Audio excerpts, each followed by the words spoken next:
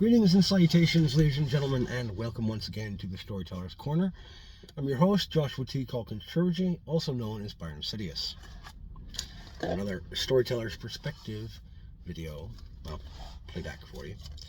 This sour baby has a load in its diaper.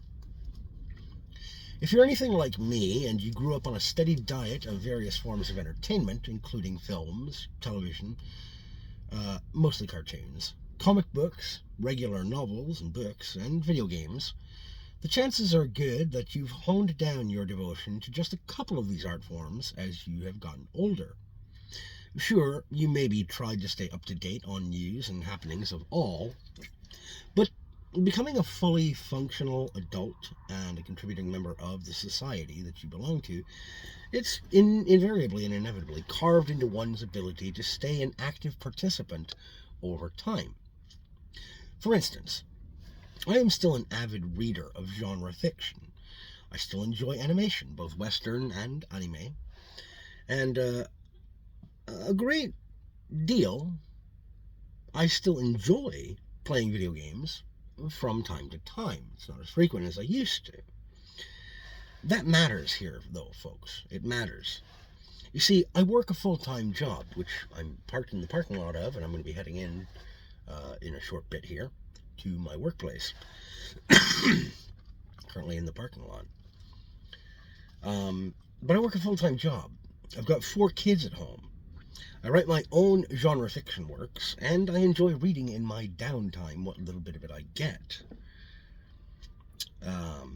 As such, I don't have all that great amount of time to devote to video games as a big-time hobby. Most of my hobby time I spend reading or writing. I stopped buying comic books back when I had my second kid. I've got 6 total children. Only 4 of them at home because the other 2, they've grown up. And they're with my ex-wife out in New York. But I stopped buying comic books on the regular after my ex-wife and I had our second kid. I was 24 years old. I am now 41. I haven't gone to a theater for a non-family film since I was about that same age, too. On video games, though, I've stayed up to speed on developments, news, and advances. I don't buy many video games, for one, because I have, other bills to pay. I have obligations. I have, an adult life to lead. And I don't have as much time to play. My playtime for video games is limited. Mostly, I do retro games these days on a couple of handhelds that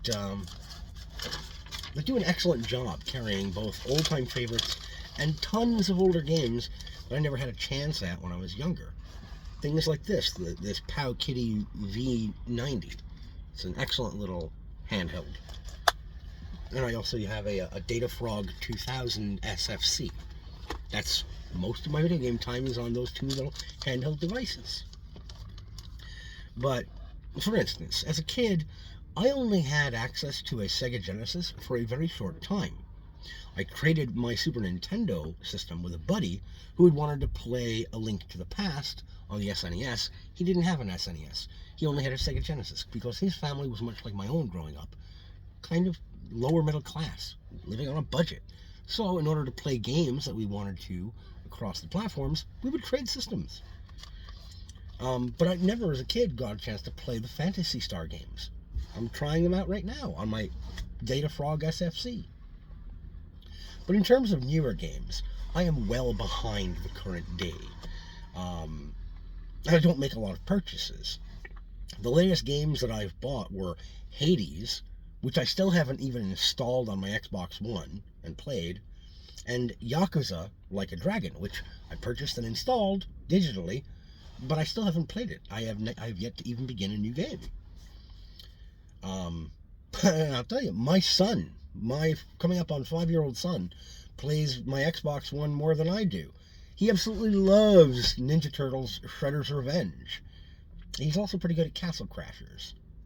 Anyhow, I still keep up on games news and releases, and I watch playthroughs and analysis and reviews videos. on my breaks at work sometimes, and sometimes if I've got a little bit of downtime at home. So when things started bubbling up with Sweet Baby Inc. and their whole situation, my first thought was, well, shit, here we go again. Because I remember the first Gamergate. Full warning up front here, for the perpetually offended. I've already got 3 strikes against me wading into this territory. 4 if we look real carefully. I am white, that's strike 1 against me. I'm straight, strike 2. And I am male, strike 3. For a sort of strike 4, I am a right-leaning small L libertarian, so I guess that automatically adds to my don't listen to this guy points total for a lot of the folks who are involved in Sweet Baby's side of this mess.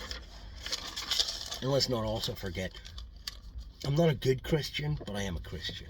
So that probably goes against me too for a lot of folks.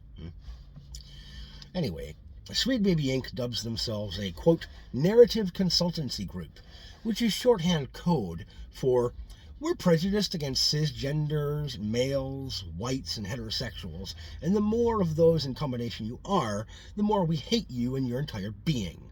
Also, if you're Christian, we double plus hate you. Their stated mission is to try and make video games they work on, quote, more inclusive for marginalized gamers and communities, and to present, quote, inclusive and important topics in a story. This almost universally boils down to ham-fisted commentaries surrounding race relations. All white people are evil and dumb. Sexual dynamics. Men are pigs and savages and dummies. Sexual interplay. Hooray for gay! And other liberal/progressive talking points, such as The Outer Worlds, which was a pretty good game, but it had a not-so-subtle messaging threaded throughout that all corporations are evil, greedy world killers. This cadre of talent-free joy killers recently came under mass scrutiny when a Steam user, going by the moniker Cabrutus Rambeau, assembled a curator list entitled Sweet Baby Inc. Detected, a listing of games with which that outfit, Sweet Baby Inc., had been involved. The list did not have a call to action of any sort attached to it, and the titles included on that list were all listed on Sweet Baby's public-facing website from the word go. It wasn't like he did any hacking or digging around or deep diving to come up with this list of titles. Anyone could have found the information, and he didn't even have any commentary associated or tied to his list. He simply said, here's a list of games that this consultancy group was involved with. You draw your own conclusions as to what that means. Threads of discussion centered around that list did end up making some observations about the titles on it, notably how several of those titles were absolute dumpster fire commercial dead ends, one of which literally saw the studio that developed the game going out of business entirely. Volition with Saints Row. Others have observed that most of the games had heavy-handed socio-political messaging in them, and all from the same direction of progressive ideas good, everything else bad and dumb and evil. Or, to use their own favorite internal mantra, male and pale is stale. Not so great when it comes back around like a whiplash on you, is it? So, fuckwit, you still expect these people to fork over their hard-earned money? Seriously? You're going to insult them and slap them around and say, money now? Fuck you. Thought so. This is probably my second biggest megrim with these sorts of groups or organizations. They demand the right to be openly hateful and prejudiced against people, then act scandalized when those very same people that they openly hate tell them to go blow it out their ass and that they will no longer purchase their product or service. They also seem to act all kinds of levels of offended when their own words are used against them as evidence of their hate. You people said these things openly. Own it. Anyway, back to the detected list. It would have likely never really amounted to much of anything, Except for one very brain-dead move by Sweet Baby Inc.'s staff, who decided to reach out to Steam and its user base and publicly call for people to flag the curated list and its creator in an effort to get both of them removed from Steam, and to rob Cabrutus Rambo of his legally made purchases of games. And by the way, video games are a little bit more pricey for Brazilians. Did you know that? There's a reason why he probably doesn't own a ton of games, is because it's more costly for him than it would be for those of us here in the States. Cabrutus' list doesn't give instruction. It doesn't do anything more than point out these games had this consultancy group involved in their production. What Sweet Baby Inc. and Kim Belair, outspoken corporate terrorist, did on these games or projects is left entirely up to gamers to dig into and comment upon themselves. And boy howdy, do they not like that level of exposure. There's something darkly satisfying about a bunch of collectivists being pummeled by counter-collective action. Because that's what the people who've joined this curator list are doing. You people talk about this collective action nonsense all the fucking time. Well, now the gamers are acting in a collective maneuver right back at you. As for the game's journalists, rapidly snapping and barking at gamers like the good little junkyard attack dogs that they are, the explanation is simple. If the studios, developers, and consultancy groups who share their socio-political worldview go belly up because a considerable percentage of their customer base closes their wallets in response to being ceaselessly lectured at, denigrated, and insulted, then those journos will be out of a job by and large. After all, if a straight, white, cisgendered male gamer knows the game and or outlet covering said game hates their guts for no reason beyond immutable traits or because they don't agree with his political views, then why would that gamer pay for the game or click on the outlet's site and advertisements? Answer, he shouldn't.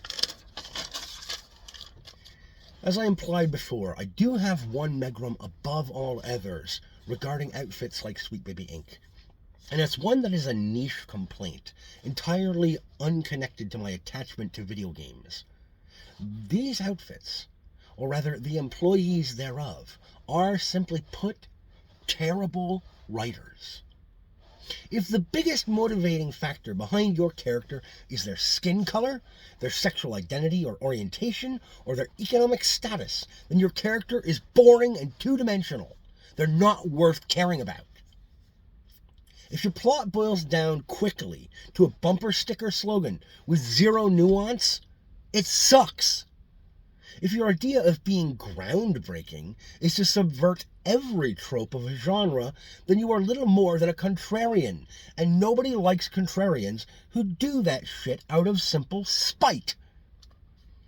These folks couldn't cut it as a narrative artist on their own, or they were perpetually dissatisfied or offended to learn that they, like myself, may be in the top 10% of the talent pool of genre fiction writers, but that also, like myself, and I'm willing to admit this, are not in the top 2 or 3% who can make a living as a fiction artist. I can't. I'm not that good. I'm good, but I'm not that level. I am excellent, but I am not supreme. I'm really fucking hard working at this, and have been for a long time. But I'm not among the best. And I acknowledge that. I still have a lot of development and work to do to get better. And it may just never happen for me. It may not. That's the truth of it. And it's the truth of it for these people too. Here's the difference. I understand that I might not ever get there on my own. But I'm not willing to sell my soul or my integrity to go work for an outfit like this in a collective effort. If I can't make it on my own talent, I've got no one to blame but me. And these people won't accept that. There's a degree to which I can almost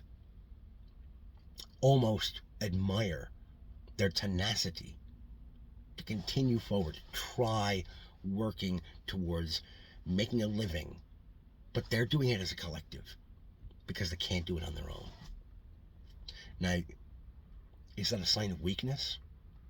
Maybe, maybe not. But for damn sure, I think it's a sign that they're missing the necessary talent to do it on their own. And they're missing the integrity to accept that maybe they're not in that top 2 to 3%. I'm okay with it. These people aren't.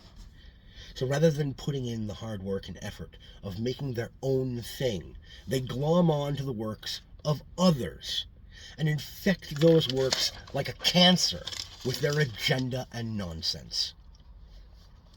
I've rambled on about this long enough for now, but before I bow out for the time being, I want to touch briefly upon this conference video where a Sweet Baby Coven member talks about, quote, terrifying developers through insinuating that if devs don't implement these consultants or their agendas into games, that bad consequences would come to them.